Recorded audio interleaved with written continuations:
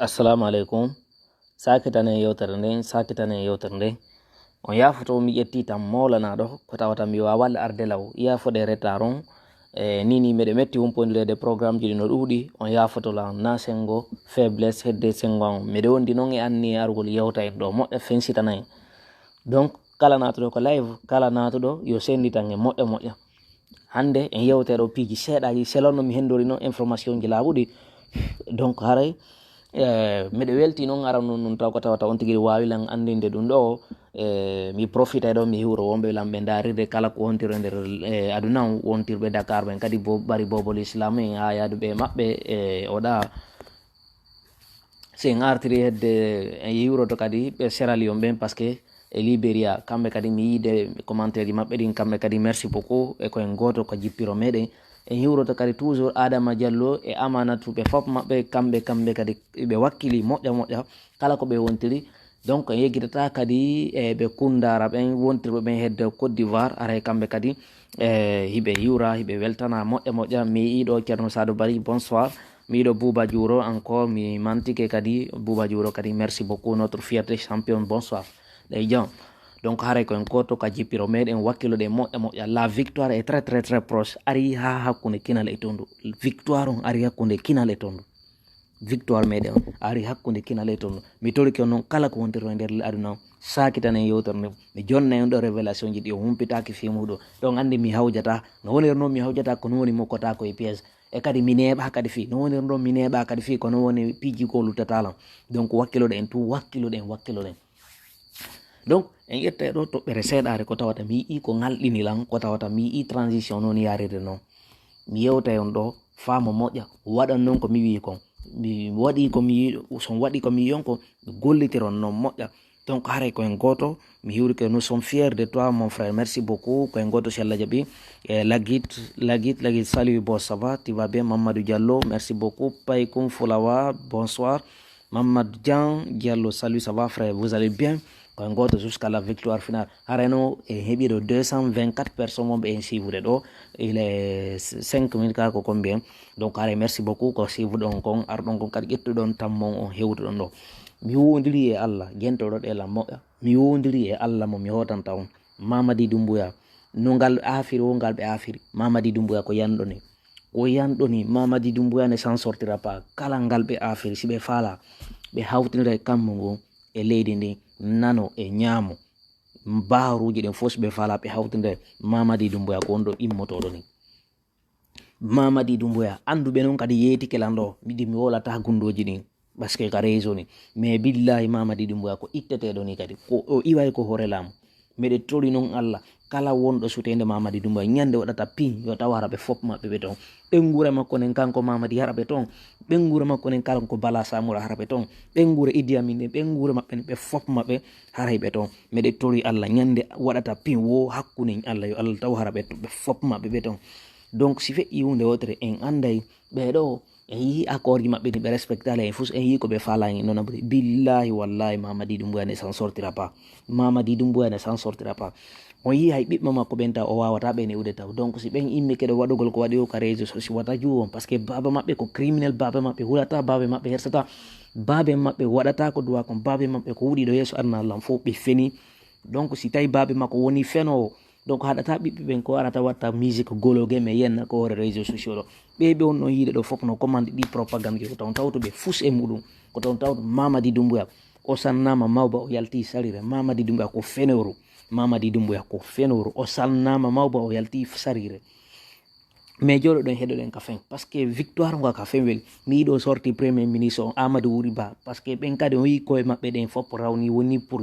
ɓe anda koye hoore beldi laɓiɓe on juude ɓe anda koye hoore beldi laɓiɓe on juude kono billahi wallahi Mamadi Doumbouya ne s'en sortira pas Mamadi Doumbouya no s'en sorti Mamadi Doumbouya kala jokkuɗo Mamadi Doumbouya o nisanay ɗum Mamadi Doumbouya écoute attentivement tu ne peux pas boyner plus de 14 millions d'habitants Mamadi Doumbouya tu ne peux pas confisquer le pouvoir Mamadi, si tu penses que Amara Kamara c'est ton ami, Amara Kamara c'est ton pire ennemi. Oussou Djiga c'est ton pire ennemi. Ga Oussou Djiga c'est ton pire ennemi. Idi Amin c'est ton pire ennemi Mamadi Doumbouya. Écoute-moi Mamadi Doumbouya. Tes amis c'est nous qui est en train de te critiquer ici. C'est nous qui étions vrais amis Mamadi Doumbouya. Mamadi Doumbouya billahi wallahi si tawi a confisque pouvoir on a sikki a joɗoto hoore bayona e hoore ɗum ɗo fof alors que andi a huuɗino a hino de respecter et de faire respecter a jaɓali respectude accord mamo ƴettuɗa Mamadi Doumbouya heɗo ko fin ngal afirɗa o ngal afirɗa Mamadi Doumbouya on yi no ɓutirɗon ni o yi no jamforade jama o yi hakkeli jama o noon no yanirde hoore moɗo mayi to mayi Mamadi Doumbouya billahi no ngal afirɗo o on yanay si Allah wala no jaɓi miɗe tori Allah yo Allah nanguɓe no nangiri noon firawna e hoore julɓe moƴƴuɓe ɓen mi torike Allah ɓay an Allah ka on wawɗo mo ronkata yo Allah nangu Mamadi e Usu Jigga e Bawuri e Amara ɓe fop maɓɓe hawtidira ɓe fof laana wota nde no yoloyaɓe hara ɓe fop maɓɓe ɓe wontiri hunde wota kamɓe e famille ji maɓɓe ni fof par ce que ɓe yinoɓe on no jamforade leydi o yinoɓe on no naɓirde bien-être du population mi torike Allah kala jokkuɗo Mamadi Doumbouya e kala makko bandi o fof mi torike Allah yo Allah nanguitirɓe no nanguitiri noon firawna hoore julɓe moƴƴuɓe mi sikka o ganduno firawna feno ndo yaltonoyni ko kankoni Allah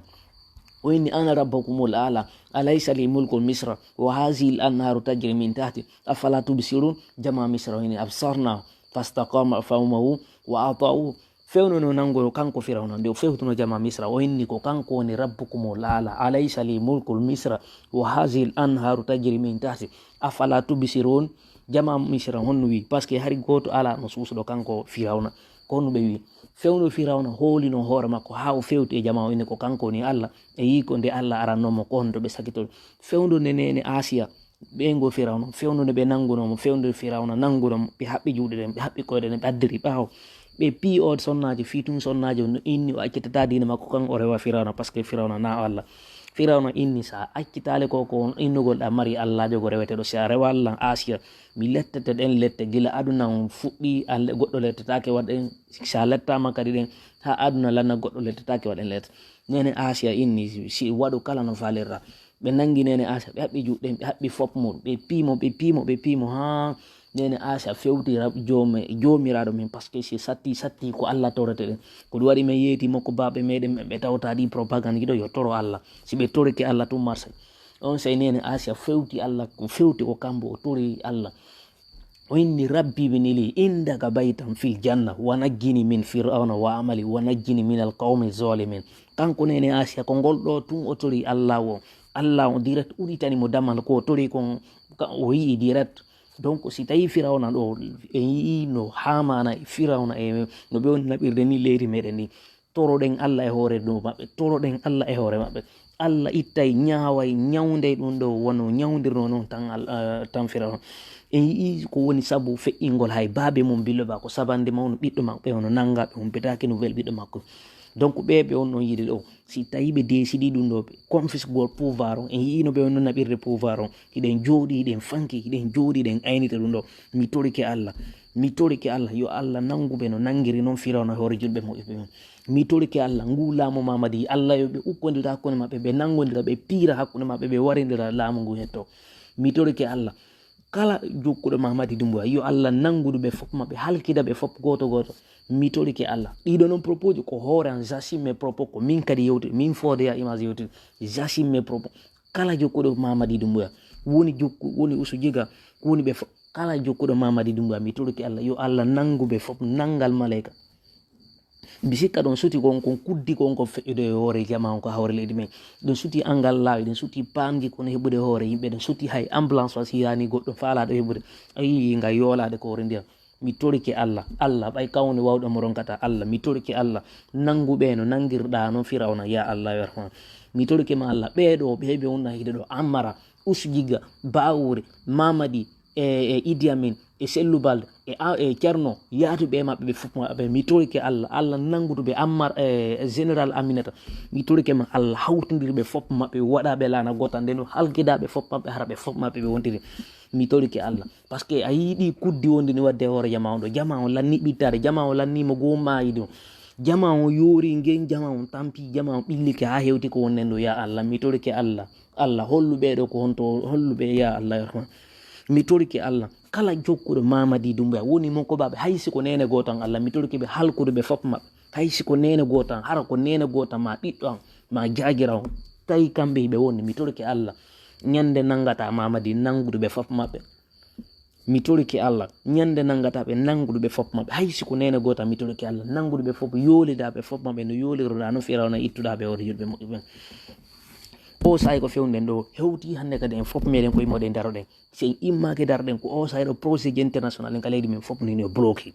par ce que ɓe alano ɓe jokkira ɗum ɗo eɗen andi donc alano ɓe financera leydi meɗen hiɓe andi laamiɓe men ko dictateur ɓe immoɗen en fop meɗen daroɗen immoɗen en fop meɗen daroɗen immoɗen en fop meɗen daroɗen sapoten ɓe boycotten fop muɗum si ɓe nodditi hay ɗi recensement ji mi worani wata jama o yaw recence o min tigui mi recence kono mini hay mi falano kay goto recence ɗum immoɗen en fop meɗen daroɗen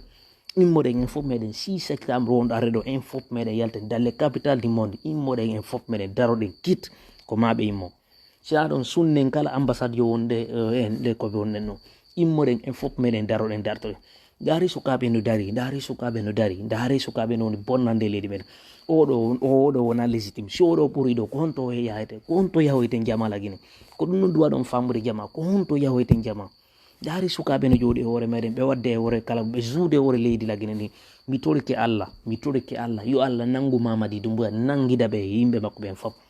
mi torike Allah yo Allah nangu kamɓe clan CNRD en fop yoloya ɓe fop maɓɓe kabaru o yino ndiya nawni arde ni mi torike Allah an Allah wawɗo mo ronkata fewno ko fewnɗen ɗo jama ɓillike jama mo go maayi tampere leydi meɗen ndi e yiɓeɗo na wallugo leydi meɗen ndi leydi lagine ndi ar ɓeɗo ko bonnugol jawle lagine ɗen lagine lanni sabude Allah ɓay an Allah eɗa suti ɗum kan woni wawɗo mo ronkata Allah heƴu hakkude amin mene maɓɓe